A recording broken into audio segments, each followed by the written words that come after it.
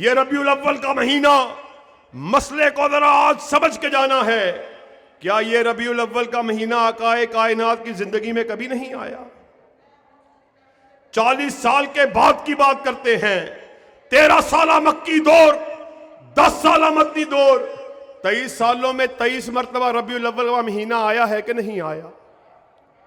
آقائے کائنات کے اس دنیا سے چلے جانے کے باوجود، آپ کے اس دنیا سے چلے جانے کے بعد، حضرت ابو بکر صدیق رضی اللہ تعالیٰ عنہ 2 سال تک آپ کی خلافت قائم رہی. 2 مرتبہ آپ کی زندگی میں ربیع الاول کا مہینہ آیا.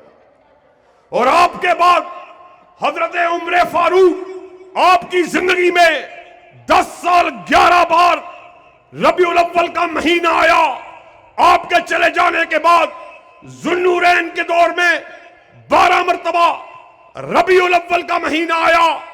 آپ کے چلے جانے کے بعد علی المرتضیٰ 5 مرتبہ آپ کی زندگی میں ربیع الاول کا مہینہ آیا.